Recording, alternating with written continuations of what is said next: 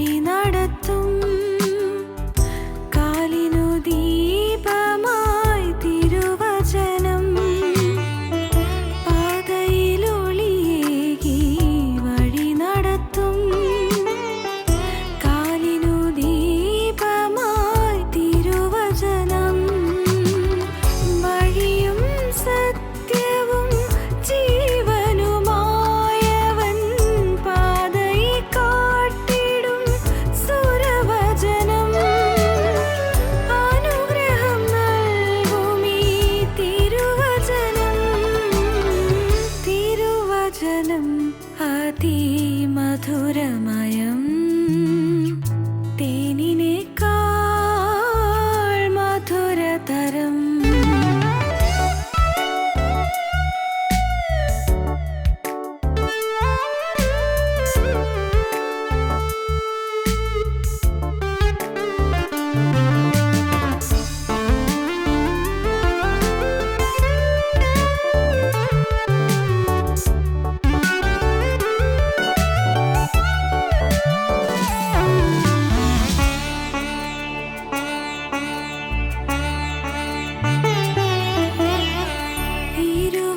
തലയുള്ള വാളിനേക്കാളും മൂർച്ചയേറുന്നതാം തിരുവചനം.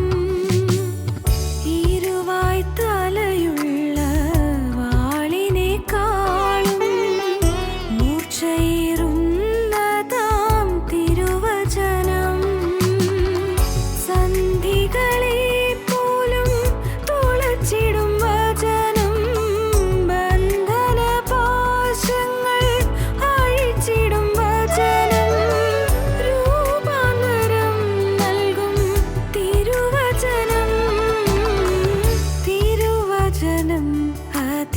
അതിമധുരമയം, തേനിനേക്കാൾ മധുരതരം. തിരുവചനം അതിമധുരമയം, തേനിനേക്കാൾ മധുരതരം.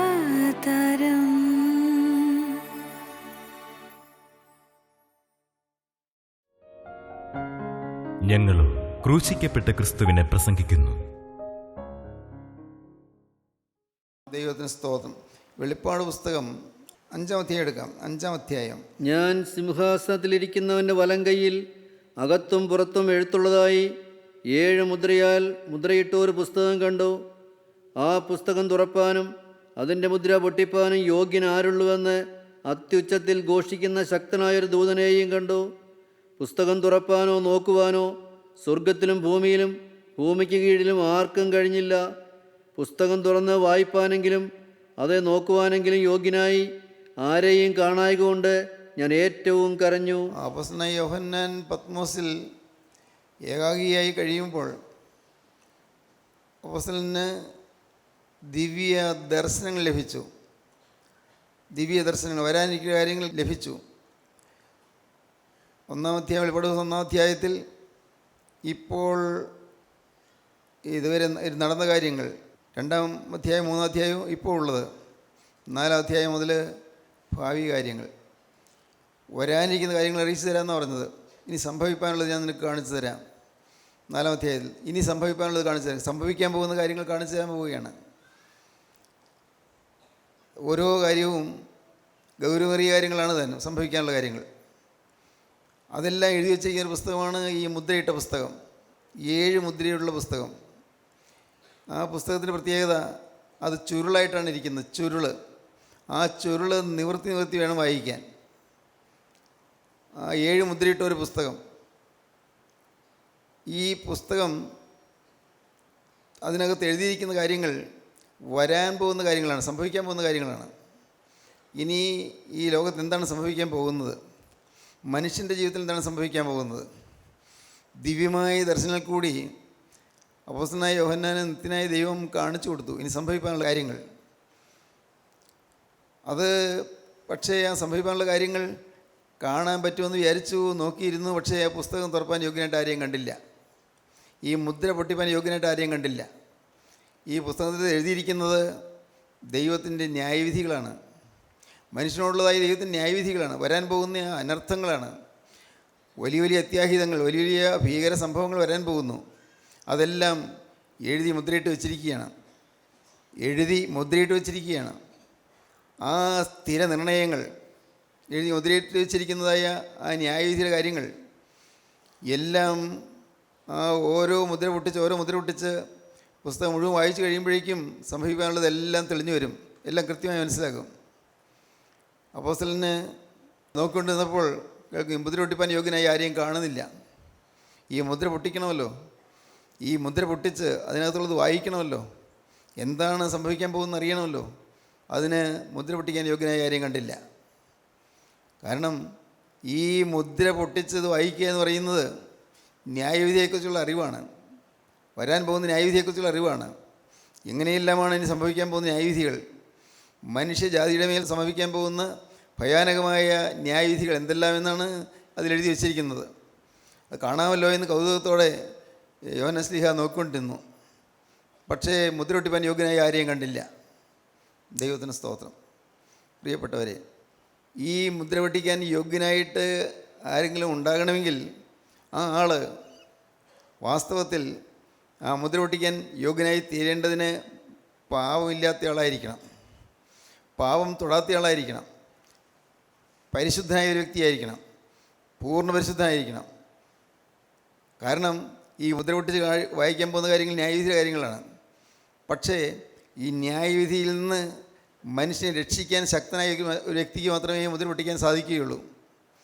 ന്യായവിധിയിൽ നിന്ന് മനുഷ്യനെ രക്ഷിക്കാൻ, ന്യായവിധി മനുഷ്യന് വരാതെ ശിക്ഷയിലേക്ക് മനുഷ്യൻ പോകാതെ രക്ഷിക്കാൻ ശക്തനായ ഒരാൾക്ക് മാത്രമേ മുദ്ര പൊട്ടിക്കാൻ യോഗ്യതയുള്ളൂ. ഈ വരാൻ പോകുന്ന ന്യായവിധിയെക്കുറിച്ചുള്ളതായ കാര്യങ്ങളെല്ലാം എഴുതി വച്ചിരിക്കുന്നത് പൊട്ടിച്ച് തുറന്ന് വായിക്കണമെങ്കിൽ ആ വ്യക്തി പാവം തൊടാത്തനായിരിക്കണം, ശിക്ഷയ്ക്ക് അർഹനല്ലാതെ, ശിക്ഷിക്കപ്പെടാൻ സാധ്യതയില്ലാത്തവനായിരിക്കണം, ശിക്ഷ ഏൽക്കാൻ പറ്റാത്തവനായിരിക്കണം, ശിക്ഷ ഏൽക്കുക ഇല്ലാത്തവനായിരിക്കണം. ദൈവത്തിന് സ്തോത്രം. അത് കർത്താവായ യേശുക്രിസ്തു മാത്രമേ ഉള്ളൂ. കാരണം കർത്താവായ യേശുക്രിസ്തു ഈ മുദ്ര പൊട്ടിച്ച് ന്യായവിധിയുടെ കാര്യങ്ങളെല്ലാം കാണിച്ചു തരുമ്പോൾ കർത്താവിൻ്റെ സ്വഭാവത്തിൽ സവിശേഷത നമുക്ക് കാണാം. യോഹന്നാന്റെ സുവിശേഷം 8-ാം അധ്യായം 1 മുതൽ 12 വരെ വാക്യങ്ങൾ വായിക്കുമ്പോൾ നമുക്ക് പരിചയമുള്ള ഭാഗമാണ്. വായിക്കുമ്പോൾ കാണാം, ഒരു സ്ത്രീയെ വ്യഭിചാരക്രമത്തിൽ പിടിച്ച് വലിച്ചെഴച്ചുകൊണ്ട് യഹൂദന്മാർ കർത്താവിൻ്റെ അടുക്കിലേക്ക് കൊണ്ടുവന്നു. അവൾ വ്യഭിചാരക്രമത്തിൽ തന്നെ പിടിച്ചതാണെന്നാണ് പറഞ്ഞത്. കല്ലെറിഞ്ഞ് കൊല്ലുവാൻ നിയമമുണ്ടല്ലോ എന്നാണ് പറഞ്ഞത്. മോശയുടെ ന്യായപ്രമാണത്തിൽ വ്യഭിചാരം ചെയ്യുന്ന ഒരാളെ കല്ലെറിഞ്ഞ് കൊല്ലാൻ നിയമമുണ്ട്. പക്ഷേ അവർ കല്ലെറിഞ്ഞ് കൊല്ലാതെ കൊണ്ടുവന്നത് ഈ തക്കത്തിന് യേശുവിനെ ഒന്ന് പരീക്ഷിക്കാമെന്ന് വിചാരിച്ചു. യേശുവിനെ ഒന്ന് പരിശോധിക്കാം, യേശുവിൻ്റെ ആറ്റിറ്റ്യൂഡ് എന്താണ്, യേശുവിൻ്റെ മനോഭാവം എന്താണെന്ന് കാണണം. അതിനുവേണ്ടി യേശുവിനെ കുറ്റം ചുമത്താൻ വല്ലതും കിട്ടുമെന്നറിയാൻ അവർ കൊണ്ടുവന്നത്. അവളെ കൊണ്ടുവന്ന് നിർത്തി. പാവം പേടിച്ചറ് അരണ്ട് നിൽക്കുകയാണ്, വെപ്രാളപ്പെട്ട് നിൽക്കുകയാണ്. അവൾ മരണത്തെ മുൻകണ്ടുകൊണ്ട് നിൽക്കുകയാണ്. ഏതാനും സമയം കഴിയുമ്പോഴേക്കും ദേഹത്തേക്ക് കൂർത്തുമൂർത്ത ഉരുളങ്കല്ലുകളൊന്ന് വീഴുന്നു. ശരീരമാകെ ചതഞ്ഞ് ഒടിയുന്നു, അസ്ഥികൾ ഒടിയുന്നു, തകരുന്നു, മരിച്ചു വീഴുന്നു. അവളുടെ ശരീരത്തിൽ പുറമേ ഒരു കൽക്കൂമ്പാരമാകുന്നു. അങ്ങനെ സംഭവിക്കുന്നുണ്ട്, പലയിടത്തും ഉണ്ടായിട്ടുള്ളവർക്കറിയാം. അതുകൊണ്ട് അവൾക്കറിയാം ഇനി സംഭവിക്കാൻ പോകുന്ന മരണമാണ്. വെറും മരണമല്ല, ഭീകരമായൊരു മരണം. അവൾ പ്രതീക്ഷിച്ചുകൊണ്ട് നിൽക്കുകയാണ്. അപ്പോഴാണ് യേശുവിൻ്റെ അടുക്കിലേക്ക് കൊണ്ടുവന്ന് അവർ പറയുന്നത്, ഇവളെ വിചാരമത്തിൽ തന്നെ പിടിച്ചതാണ്, ഇവളെ കല്ലെറിഞ്ഞു കൊല്ലുവാനാണല്ലോ നിയമം. അങ്ങയുടെ അഭിപ്രായം എന്താണ്? യേശു നിലത്ത് കുനിഞ്ഞു, വിരൽ കൊണ്ട് എന്തോ എഴുതിക്കൊണ്ടിരുന്നു. എന്നിട്ട് കർത്താവ് തല നിർത്തി, നിങ്ങളിൽ പാവം ചെയ്യാത്തവൻ ഇവളെ ഒന്നാമത് കല്ലെറിയട്ടെ. അവരിലൊക്കെ പാവം ഉണ്ടായിരുന്നു. അവളെ കുറ്റം വിധിക്കുന്നവരെ ശിക്ഷിക്കാൻ കൊണ്ടുവന്നവർക്കൊക്കെ പാവം ഉണ്ടായിരുന്നു. ചിലത് തെളിഞ്ഞും ചിലത് ഒളിഞ്ഞുമായിരിക്കും. പാവം ഉണ്ടായിരുന്നു, തെളിഞ്ഞ പാവങ്ങളുണ്ട്, പ്രകടമായ പാവങ്ങളുണ്ട്. ചിലർക്ക് പാവമെല്ലാം അകത്താണ്. ഒളിഞ്ഞും തെളിഞ്ഞും ഉള്ള പാവങ്ങൾ ഉള്ളവരാണ് കൊണ്ടുവന്നിരിക്കുന്നത്. നിങ്ങൾ പാവം ചെയ്യാത്തതിനുള്ള ഒന്നാമത് കല്ലെറിയട്ടെ. കർത്താവ് പിന്നെയും കുനിഞ്ഞ് വിരൽ കൊണ്ട് എഴുതിക്കൊണ്ടിരുന്നു. അപ്പോൾ അവരുടെ കയ്യിൽ നിന്ന് കല്ല് താനെ ഊതിർന്ന് താഴെ വീണു. അവർക്ക് നോക്കിയപ്പോൾ അവരുടെ പാവമാണ് കർത്താവ് എഴുതുന്നത്. അവരുടെ രഹസ്യപാപങ്ങളാണ് കർത്താവ് എഴുതുന്നത്. അവർ നീതിമാന്മാരായി പള്ളിയിൽ പോകുന്നു, യെരൂശലേം ദേവാലയത്തിൽ ഭക്തരായി വന്ന് നിൽക്കുന്നു, യെരൂശലേം ദേവാലയത്തിൽ അവർ യാഗങ്ങൾ കഴിക്കുന്നു, യെരൂശലേം ദേവാലയത്തിലെ ശാസ്ത്രികളിൽ നിന്ന് പാഠങ്ങൾ പഠിക്കുന്നു. കൊള്ളാം. പക്ഷേ അവരുടെ രഹസ്യ ജീവിതമോ പാവം നിറഞ്ഞതാണ്. ആ ജീവിതം അവരോർത്തു, അയ്യോ പാവമില്ലാത്തവൻ കല്ലെറിയട്ടെ എന്ന് പറഞ്ഞപ്പോൾ അവർക്ക് അല്പം പോലും നിൽക്കാൻ പറ്റിയില്ല. അവരെല്ലാം കല്ലെല്ലാം താഴെയിട്ടു. അവരോരോരുത്തരായി പിരിഞ്ഞുപോയി. അപ്പോൾ പിന്നെ യേശു തമ്പുരാനും ആ സ്ത്രീയും മാത്രം ശേഷിച്ചു. ശിക്ഷ വിധിക്കാൻ അർഹനായ ആ വ്യക്തി കർത്താവായ യേശു ക്രിസ്തു പാവം ചെയ്യാത്തവനാണ്. പാവം ചെയ്യാത്തവൻ കല്ലെറിയട്ടെ എന്ന് പറഞ്ഞാൽ അതേ വാക്കുകൊണ്ട് നോക്കിയാൽ കാണാൻ കർത്താവ് പാവം ചെയ്യാത്തവനാണ്. വേണമെങ്കിൽ കല്ലെറിയാം, അവളെ എറിഞ്ഞ് വീഴിക്കാം, കൊല്ലാം, ഒരു കുഴപ്പമില്ല. പക്ഷേ കർത്താവോട് പറയുന്നു, സ്ത്രീയെ നിനക്കാരും ശിക്ഷ വിധിച്ചില്ലയോ? അവൾ അത്ഭുതപ്പെട്ട് നിൽക്കുകയായിരുന്നു, ഭയപ്പെട്ട് നിൽക്കുകയായിരുന്നു, വിറച്ചുകൊണ്ട് നിൽക്കുകയായിരുന്നു. മരിക്കുന്ന ഉറപ്പാണ്. പെട്ടെന്ന് അവൾ അവർ പിരിഞ്ഞു പോയതൊക്കെ കണ്ട് അവൾ അത്ഭുതപ്പെട്ട് നിൽക്കുമ്പോഴുണ്ട് യേശു ചോദിക്കുന്ന, സ്ത്രീയെ നിനക്കാരും ശിക്ഷ വിധിച്ചില്ലയോ? അവൾ പറഞ്ഞു, ഇല്ല കർത്താവേ. പറഞ്ഞു, ഇല്ല കർത്താവേ. പറഞ്ഞു, പോക, ഞാനും നിനക്ക് ശിക്ഷ വിധിക്കുന്നില്ല. വേണമെങ്കിൽ ശിക്ഷ വിധിക്കാം, നിന്നെ ശിക്ഷിക്കാം, പക്ഷെ ഞാനും നിനക്ക് ശിക്ഷ വിധിക്കുന്നില്ല. പോക, ഇനി പാവം ചെയ്യരുത്. സ്തോത്രം. പോക, ഇനി പാവം ചെയ്യരുത്. ഈ ന്യായവിധിയെക്കുറിച്ചുള്ള ഭാവികാല വിവരങ്ങൾ ഇറങ്ങിയ പുസ്തകം തുറക്കാൻ സാധിക്കണമെങ്കിൽ പാപത്തെ ക്ഷമിക്കുകയും പാപത്തെ സ്വന്തം ശരീരത്തിൽ വഹിക്കുകയും ചെയ്ത കർത്താവായ യേശു ക്രിസ്തുവിന് മാത്രമേ സാധിക്കുകയുള്ളൂ. മനുഷ്യജാതിയുടെ മുഴുവൻ പാപവും കർത്താവ് വഹിച്ചു. ആ സ്ത്രീ പാപം ചെയ്തു, ശരിയാണ്. പക്ഷേ അവളിലുള്ളതായ പാപത്തെ ക്ഷമിക്കാൻ അധികാരമുള്ളവൻ കർത്താവായ യേശു ക്രിസ്തു മാത്രമാണ്. യേശു ക്രിസ്തുവിന് വേണമെങ്കിൽ അവളെ കല്ലെറിയാം, പക്ഷേ യേശു ക്രിസ്തു കല്ലെറിയുന്നില്ല. അവളെ കല്ലെറിഞ്ഞ് കൊല്ലുവാൻ യേശു ക്രിസ്തുവിന് വേണമെങ്കിൽ തീർച്ചയായും അവകാശമുണ്ട്. പാപം ചെയ്യാത്തവനാണ്. പക്ഷേ കർത്താവ് കല്ലെറിയല്ല ചെയ്തത്, അവളെ ആശ്വസിപ്പിക്കുകയാണ്. പോക, ഇനി പാപം ചെയ്യരുത്. ദൈവത്തിന് സ്തോത്രം. പ്രിയപ്പെട്ടവരെ, വളരെ മർമ്മപ്രധാനമായൊരു കാര്യം നിങ്ങൾ ഗ്രഹിക്കണം. നമ്മുടെ ജീവിതത്തിൽ എന്തെല്ലാം പാപങ്ങൾ വന്നിട്ടുണ്ടെങ്കിലും എല്ലാം ക്ഷമിക്കുന്നതാണ് കർത്താവായ യേശു ക്രിസ്തു. കർത്താവായ യേശു ക്രിസ്തു എല്ലാം പൊറുക്കുന്നവനാണ്. മീഖാ പ്രവാചകന്റെ പുസ്തകം 7-ാം അധ്യായത്തിൻ്റെ 17-19 വാക്യം വായിക്കുമ്പോൾ കാണാം, പാപം മുഴുവനും സമുദ്രത്തിൻ്റെ ആഴത്തിലേക്ക് എറിഞ്ഞു കളയുമെന്ന്. എല്ലാം ഒന്നൊരു പാവം ചെയ്യാത്തതിനെ പോലെ നിന്നെ കാണുമെന്ന് വായിക്കാം. അകൃത്യം ക്ഷമിക്കുകയും തൻ്റെ അവകാശത്തിൽ ശേഷിപ്പുള്ളവരോട് അതിക്രമം മോചിക്കുകയും ചെയ്യുന്ന നിന്നോട് സമനായ ദൈവമാരുള്ളൂ. അവൻ എന്നേക്കും കോപം വെച്ചുകൊള്ളുന്നില്ല. ദയയിലല്ലോ അവന് പ്രസാദമുള്ളത്. അവൻ നമ്മോട് വീണ്ടും കരുണ കാണിക്കും. നമ്മുടെ അകൃത്യങ്ങളെ ചവിട്ടിക്കളയും. അവരുടെ പാപങ്ങളെയൊക്കെയും നീ സമുദ്രത്തിൻ്റെ ആഴത്തിലിട്ട് കളയും. പാപങ്ങളെയൊക്കെയും ഇട്ടുകളയും. ദൈവത്തിന് സ്തോത്രം. എല്ലാം എറിഞ്ഞു കളയും സമുദ്രത്തിൻ്റെ ആഴത്തിലേക്ക്. അഗാധമായ സമുദ്രത്തിൻ്റെ ആഴത്തിലേക്ക് ഒരു ചെറിയ കല്ല് പോയാൽ ആ കല്ലിന് പൊങ്ങി വരാൻ പോകുന്നുണ്ടോ?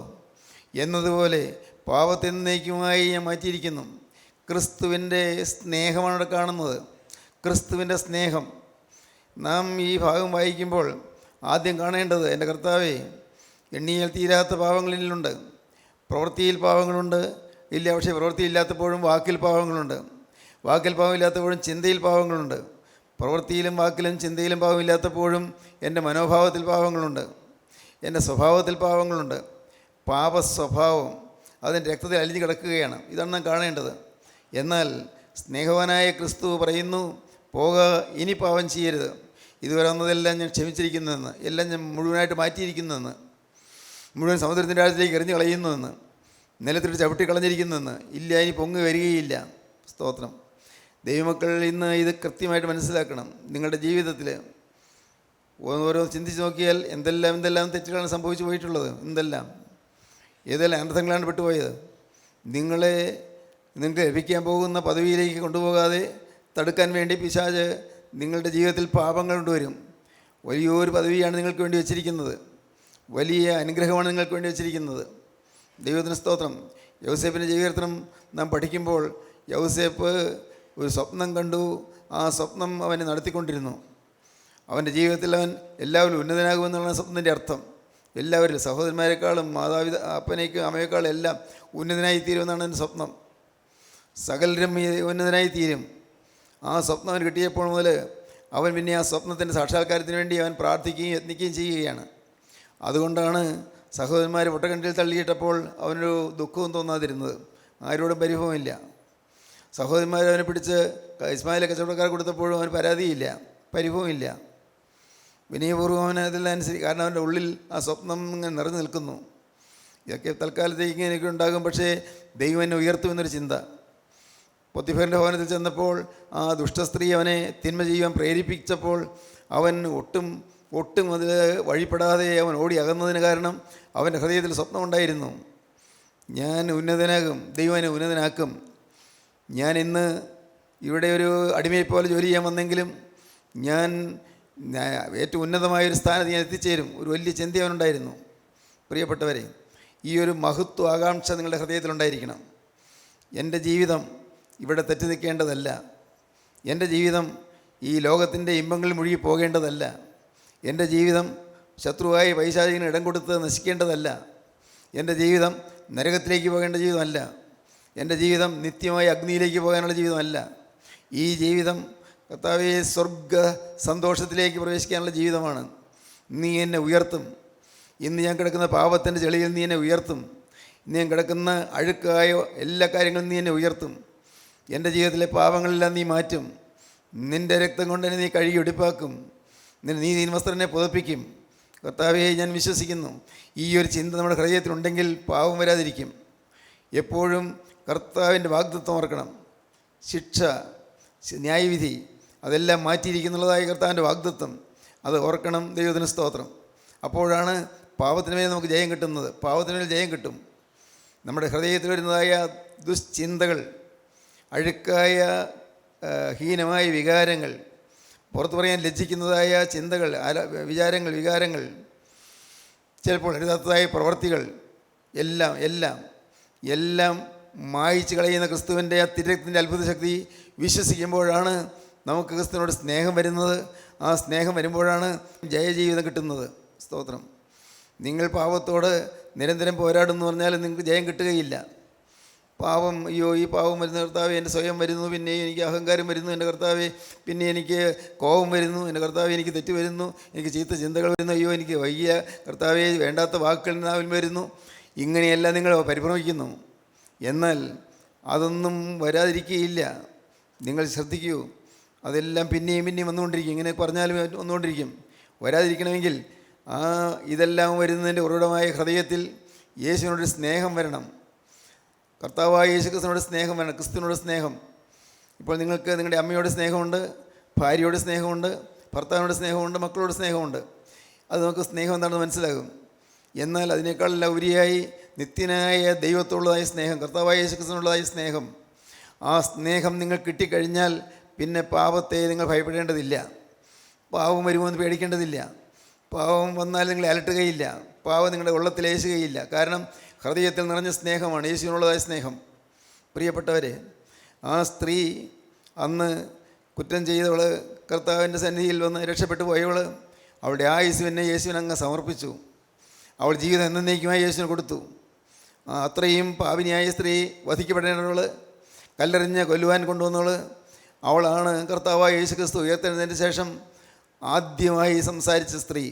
സ്ത്രീയെ നീ കരയുന്നത്, ഉയർത്തെഴുന്നേറ്റ് മിശിഹാ ആദ്യമായി സംസാരിച്ച വാക്ക്, സ്ത്രീയെ നീ കരയുന്നത് ഈ മഗ്ദല മറിയാമിനോടാണ്, ഈ പാപിനിയായ സ്ത്രീയോടാണ്. പ്രിയപ്പെട്ടവരെ, ഓർക്കൂ, കഴിഞ്ഞതെല്ലാം മറക്കുമെന്ന് മാത്രമല്ല, ഉന്നതമായ ആത്മീയ അനുഗ്രഹങ്ങൾ നിങ്ങൾക്ക് തരും. കഴിഞ്ഞതെല്ലാം ദൈവം മറക്കും, എല്ലാം മറയ്ക്കുകയും ചെയ്യും. എന്നാൽ ഉന്നതമായ അനുഗ്രഹങ്ങൾ, അത്യുന്നതമായ അനുഗ്രഹങ്ങൾ, സ്വർഗീയ സമാധാനം നിൻ്റെ ജീവിതത്തിൽ, നിൻ്റെ കുടുംബത്തിലും ദൈവം തരും. ദൈവത്തിന് സ്തോത്രം. ഈ ന്യായവിധിയെക്കുറിച്ചുള്ളതായ പ്രസ്താവനകൾ ഉള്ളതായ മുദ്രയിട്ട പുസ്തകം തുറക്കണമെങ്കിൽ പാപത്തെ പാപമായി കണ്ട് പാപത്തെ വെറുത്തുപേക്ഷിക്കുന്ന ഏതൊരു മനുഷ്യന് ലഭിക്കുന്ന അനുഗ്രഹം കൊടുക്കുവാൻ അർഹനായ കർത്താവായ യേശു ക്രിസ്തുവിന് മാത്രമേ ഈ പുസ്തകം തുറക്കാൻ സാധിക്കുകയുള്ളൂ. അതാണ് പറഞ്ഞത്, ആ പുസ്തകം തുറപ്പാനോ നോക്കുവാനോ സ്വർഗത്തിലും ഭൂമിയിലും ഭൂമിക്ക് കീഴിലും ആർക്കും കഴിഞ്ഞില്ല. നോക്കുവാൻ പോലും ആർക്കും കഴിഞ്ഞില്ല. ആർക്കും ഈ ശിക്ഷയുടെ കാര്യം നോക്കാൻ കഴിഞ്ഞില്ല. ആർക്കും വരാൻ പോകുന്ന ന്യായവിധിയുടെ കാര്യം നോക്കാൻ സാധിച്ചില്ല. അതാണ്, അത് നോക്കാനോ പുസ്തകം തുറപ്പാനോ നോക്കുവാനോ സ്വർഗത്തിലും ഭൂമിയിലും ഭൂമിക്ക് കീഴിലും ആർക്കും കഴിഞ്ഞില്ല. അപ്പോൾ പുസ്തകം തുറന്ന് വായിപ്പാനെങ്കിലും അത് നോക്കുവാനെങ്കിലും യോഗ്യനായി ആരെയും കാണായി കൊണ്ട് ഞാൻ ഏറ്റവും കരഞ്ഞു. അപ്പോൾ സങ്കടമായി. ഇവിടെ കയറി വരിക, മേലാൽ സംഭവിക്കാനുള്ളത് നിനക്ക് കാണിച്ചു തരാമെന്ന് പറഞ്ഞാണ് വിളിച്ചത്. സ്വർഗത്തിൽ നിന്ന് കേട്ട ശബ്ദം അതാണ്. സ്വർഗം തുറന്ന ശബ്ദം കേട്ടു. ഇവിടെ കയറി വരിക, മേലാൽ സംഭവിക്കാനുള്ളത് നിനക്ക് കാണിച്ചു തരാമെന്ന് പറഞ്ഞു. എന്നാൽ സംഭവിക്കാനുള്ളത് കാണിച്ചു തരാമെന്ന് പറഞ്ഞെങ്കിലും അത് കാണാൻ പറ്റുകയില്ലല്ലോ എന്ന് ഓർത്തപ്പോൾ അപ്പോസ്തലൻ സങ്കടമായി, കരഞ്ഞു. അടുത്ത വാക്യം വായിക്കാം. അപ്പോൾ മൂപ്പന്മാരിൽ ഒരുത്തൻ എന്നോട്, കരയേണ്ട, യഹൂദാ ഗോത്രത്തിലെ സിംഹവും ദാവീദിൻ്റെ വേരുമായവൻ പുസ്തകവും അതിൻ്റെ 7 മുദ്രയും തുറപ്പാൻ തക്കവണ്ണം ജയം പ്രാപിച്ചിരിക്കുന്നു എന്ന് പറഞ്ഞു. ഞാൻ സിംഹാസനത്തിൻ്റെയും 4 ജീവികളുടെയും നടുവിലും മൂപ്പന്മാരുടെ മധ്യത്തിലും ഒരു കുഞ്ഞാട് അറുക്കപ്പെട്ടതുപോലെ നിൽക്കുന്നത് കണ്ടു. ദൈവത്തിന് സ്തോത്രം. മൂപ്പന്മാരിലൊരുത്തനോട് പറഞ്ഞു, കരയണ്ട, യഹൂദാ ഗോത്രത്തിലെ സിംഹം, ദാവീദിൻ്റെ വേര്. കർത്താവായ യേശു ക്രിസ്തുവാണ്. യഹൂദാ ഗോത്രത്തിലെ സിംഹവും ദാവീദിൻ്റെ വേരുമായവൻ പുസ്തകവും അതിൻ്റെ 7 മുദ്രയും തുറപ്പാൻ തക്കവണ്ണം ജയം പ്രാപിച്ചിരിക്കുന്നു പറഞ്ഞു. ജയം പ്രാപിച്ചു. സ്തോത്രം. അപ്പോൾ യോഹന്നാൻ ശ്ലീഹ നോക്കി സിംഹത്തെ കാണാൻ. സിംഹം ഇല്ല. പക്ഷെ പിന്നെ കണ്ടത് എന്താണ്? അടുത്ത വാക്യം. ഞാൻ സിംഹാസനത്തിൻ്റെയും 4 ജീവികളുടെയും നടുവിലും മൂപ്പന്മാരുടെ മധ്യത്തിലും ഒരു കുഞ്ഞാട് അറുക്കപ്പെട്ടതുപോലെ നിൽക്കുന്നത് കണ്ടു. ദൈവത്തിന് സ്തോത്രം. ഒരു കുഞ്ഞാട് അറുക്കപ്പെട്ടതുപോലെ നിൽക്കുന്നത് കണ്ടു. നോക്കിയപ്പോൾ സിംഹത്തെ കാണാനാണ് നോക്കിയത്, പക്ഷെ ഒരു കുഞ്ഞാടിനെ കാണുന്നു. ദൈവത്തിന് സ്തോത്രം. പ്രിയപ്പെട്ടവരെ, മനുഷ്യനെ ശിക്ഷയ്ക്ക് വിധിക്കുന്ന ഒരു ഭീകരനായ സിംഹമാണ്. പാപികൾക്ക് സിംഹമാണ്. പാപം ചെയ്യുന്നവർക്ക് സിംഹമാണ്. പാപത്തിന് ശിക്ഷയുണ്ട്. സിംഹത്തെ പോലെ ഗർജിക്കുന്നവനായി നിൽക്കുന്നു. എന്താ അത്? കുഞ്ഞാട് പാപമോചനത്തിന് വേണ്ടി ആഗ്രഹിച്ച് തെറ്റ് പറയുന്ന രക്ഷപ്പെടുന്നവർക്ക് വേണ്ടിയാണ് ഈ കുഞ്ഞാട്. ആ കുഞ്ഞാട് അറുക്കപ്പെട്ടിരിക്കുന്നു. ഒന്നുകൂടി പറയാം, ആ സിംഹം പാപത്തിന് നേരെ ചീറുന്നവനാണ്. പാപത്തിന് നേരെ ഗർജിക്കുന്നവനാണ്. പാപത്തെ ശപിച്ച് തള്ളുന്നവനാണ്. അവൻ സിംഹം പോലെ ആർക്കാണ്? പാപികൾക്ക് അവൻ സിംഹം പോലെ. എന്നാൽ അവൻ അനുഭവിക്കുന്നവർക്കോ അവൻ കുഞ്ഞാട് പോലെ. പാപം ചെയ്തു, പക്ഷേ പാപത്തോട് അനുഭവിക്കുന്നവർക്ക് അവൻ കുഞ്ഞാട് പോലെ. സിംഹം നിൽക്കുന്നവർ ഇതാ, യഹൂദാ ഗോത്രത്തിലെ സിംഹവും ദാവീദിൻ്റെ വേരുമായവൻ പുസ്തകവും അതിൻ്റെ 7 മുദ്രയും തുറപ്പാൻ തക്കവണ്ണം ജയം പ്രാപിച്ചിരിക്കുന്നു എന്ന് പറഞ്ഞു. ഞാൻ സിംഹാസനത്തിൻ്റെയും 4 ജീവികളുടെയും നടുവിലും മൂപ്പന്മാരുടെ മധ്യത്തിലും ഒരു കുഞ്ഞാട് അറുക്കപ്പെട്ടതുപോലെ നിൽക്കുന്നത് കണ്ടു. അറുക്കപ്പെട്ടൊരു കുഞ്ഞാട്. ദൈവത്തിന് സ്തോത്രം. കുഞ്ഞാട് അറുക്കപ്പെട്ടാൽ നിൽക്കാൻ പറ്റില്ലല്ലോ. അറുക്കപ്പെട്ടു, ജീവനില്ല. പക്ഷേ ഈ കുഞ്ഞാട് അറുക്കപ്പെട്ടതുപോലെ നിൽക്കുന്നത് കണ്ടു. ദൈവത്തിന് സ്തോത്രം. പ്രിയപ്പെട്ടവരെ, കർത്താവായ യേശു ക്രിസ്തു അറുക്കപ്പെട്ട കുഞ്ഞാടാണ്. ലോകാരംഭത്തിന് മുമ്പേ കൊല്ലറുക്കപ്പെട്ട ദൈവത്തിൻ്റെ കുഞ്ഞാട്. ലോകാരംഭത്തിന് മുമ്പേ ഇതാ നടന്നു പോകുന്ന യേശുവിനെ നോക്കിക്കൊണ്ട് യോഹന്നാൻ പറഞ്ഞു, ഇതാ ലോകത്തിൻ്റെ പാപം ചുമന്നൊഴിക്കുന്ന ദൈവത്തിൻ്റെ കുഞ്ഞാട്. ലോകത്തിൻ്റെ പാപം ചുമന്നൊഴിക്കുന്ന ദൈവത്തിൻ്റെ കുഞ്ഞാട്. കുഞ്ഞാട് കർത്താവായ യേശു ക്രിസ്തു. ദൈവത്തിന് സ്തോത്രം. യേശു ക്രിസ്തു നമ്മുടെ പാപം വഹിച്ചുകൊണ്ട് അവൻ അറുക്കപ്പെട്ടു. പാപത്തിന് ശിക്ഷ അവൻ ഏറ്റു. ഞാൻ എന്ന് പറയുന്ന മനുഷ്യൻ ചെയ്തു പോയ പാപങ്ങളെല്ലാം യേശു ക്രിസ്തു ഏറ്റെടുത്തു. ദൈവത്തിന് സ്തോത്രം. ഇത് നമുക്കറിയാവുന്ന കാര്യമാണ്. പക്ഷേ ഇത് നാം അനുഭവിക്കുന്നുണ്ടോ? എൻ്റെ പാപങ്ങളെല്ലാം എന്നിൽ നിന്ന് മാറിപ്പോയി, ക്രിസ്തുവിൻ്റെ മേലായി എന്ന്. അത് വിശ്വസിക്കാൻ സാധിക്കണം. അതൊരു കൃപയാണ്. വിശ്വസിക്കാൻ സാധിക്കണം. എന്ത്? എൻ്റെ പാപങ്ങളെല്ലാം. അത് വിശ്വസിക്കാൻ സാധിക്കണം. എന്ത് വേണമെന്നറിയാമോ? ഞാൻ മേൽപ്പാവം ചെയ്യലെന്നുള്ള തന്നെ ഉറപ്പ് വരണം. എങ്കിലേ വിശ്വാസം വരുള്ളൂ. വിശ്വാസം എല്ലാവർക്കും കിട്ടാത്തതിൻ്റെ കാരണം അതാണ്. വിശ്വാസം വരുന്നില്ല. അതിന് കാരണമുണ്ട്. പാപത്തെ നിങ്ങൾ വെറുത്തുപേക്ഷിച്ചിട്ടില്ല. അറപ്പോടെ വെറുത്തുപേക്ഷിച്ചിട്ടില്ല. പാപത്തെ അറപ്പോടെ വെറുത്ത് ഉപേക്ഷിക്കാൻ സാധിച്ചാൽ അപ്പോൾ കർത്താവായ യേശു ക്രിസ്തു എൻ്റെ പാപം വഹിച്ചു എന്നുള്ളത് നിങ്ങൾക്ക് വിശ്വസിക്കാൻ സാധിക്കും. പാപത്തെ വെറുത്തുപേക്ഷിക്കണം. അനേകർക്കും പറ്റിയിരിക്കുന്ന കുഴപ്പം, പാപവും ഏറ്റു പറയും, പക്ഷേ അടുത്ത പാപം ചെയ്യാനുള്ളൊരു ലൈസൻസ് പോലെ അത്രേ കാണുന്നുള്ളൂ. പാവം ഏറ്റു പറയുന്നുണ്ട്, പാവം പറ്റിയെന്നറിയാം താനും, പക്ഷേ പിന്നെയും പാവത്തിലേക്കുള്ള ചായ്വുണ്ട്. പ്രിയപ്പെട്ടവരെ, അതൊരു കാരണം എന്താണെന്നറിയാമോ? നമ്മുടെ സ്വഭാവത്തിൽ പാവം ലയിച്ചു നിൽക്കുകയാണ്. പാവം ലയിച്ചു നിൽക്കുന്നു. ഒരു ഗ്ലാസ് പാലിൽ അല്പം വിഷം കലർത്തിയാൽ ആ വിഷം പിന്നെ തിരിച്ചെടുക്കാൻ പറ്റുകയില്ല. അത് കലർന്നിരിക്കുകയാണ്, അത് ലയിച്ചിരിക്കുകയാണ്, അതിൽ അലിഞ്ഞിരിക്കുകയാണ്. എന്നതുപോലെ നമ്മുടെ സ്വഭാവത്തിൽ പാവം ലയിച്ചിരിക്കുകയാണ്. ഏത് മനുഷ്യൻ്റെയും, നമ്മുടെ ഓരോരുത്തരുടെയും സ്വഭാവത്തിൽ പാവം ലയിച്ചു നിൽക്കുന്നു, പാവം അലിഞ്ഞു ചേർന്നിരിക്കുന്നു. നമ്മുടെ സ്വഭാവത്തിൽ, നമ്മുടെ രക്തത്തിൽ, അത് നമ്മുടെ സപ്തധാതുക്കളിൽ, നമ്മുടെ ശരീരത്തിലെ എല്ലാ കോശങ്ങളിലും ഈ പാവം ലയിച്ചു നിൽക്കുകയാണ്. ഈ ശരീരത്തിലിരിക്കുന്ന കാലത്ത് പാവം അവിടെയുണ്ട്. അത് പാവത്തിൻ്റെ പ്രവണത അവിടെയുണ്ട്, പാവത്തിൻ്റെ സ്വഭാവം അവിടെയുണ്ട്. ഞാൻ കോപിച്ചില്ലെങ്കിലും കോപത്തിൻ്റെ പ്രവണത എന്നിലുണ്ട്. അശുദ്ധമായ കാര്യങ്ങൾ ചെയ്തില്ലെങ്കിലും പറഞ്ഞില്ലെങ്കിലും, അശുദ്ധമായ കാര്യങ്ങൾ ഒന്നും ഞാൻ ചെയ്തില്ലെങ്കിലും എൻ്റെ ഹൃദയത്തിൽ അശുദ്ധിയുണ്ട്. ദൈവത്തിന് സ്തോത്രം. അത് കർത്താവ് മറച്ചു തന്നിരിക്കുന്നതേ ഉള്ളൂ. അത് ജീവിതത്തിൽ പാവത്തിൻ്റെ പ്രവണത തമ്മിലുണ്ട്, പാവത്തിൻ്റെ നേച്ചർ തമ്മിലുണ്ട്, പാവത്തിൻ്റെ പ്രകൃതം തമ്മിലുണ്ട്. പാവത്തിൻ്റെ ആ പ്രകൃതി, അത് നമ്മുടെ അകത്തുള്ളതായ പ്രകൃതിയാണ്. നമ്മുടെ ജീവിതത്തിലെ ഈ പാവമെല്ലാം യേശു വഹിച്ചു എന്ന് വിശ്വസിക്കണമെങ്കിൽ പാവത്തോടൊരു അറപ്പ് വരണം, ദൈവത്തോട് സ്നേഹം വരണം. കേൾക്കുമ്പോൾ നിങ്ങൾക്ക് മനസ്സിലായോ?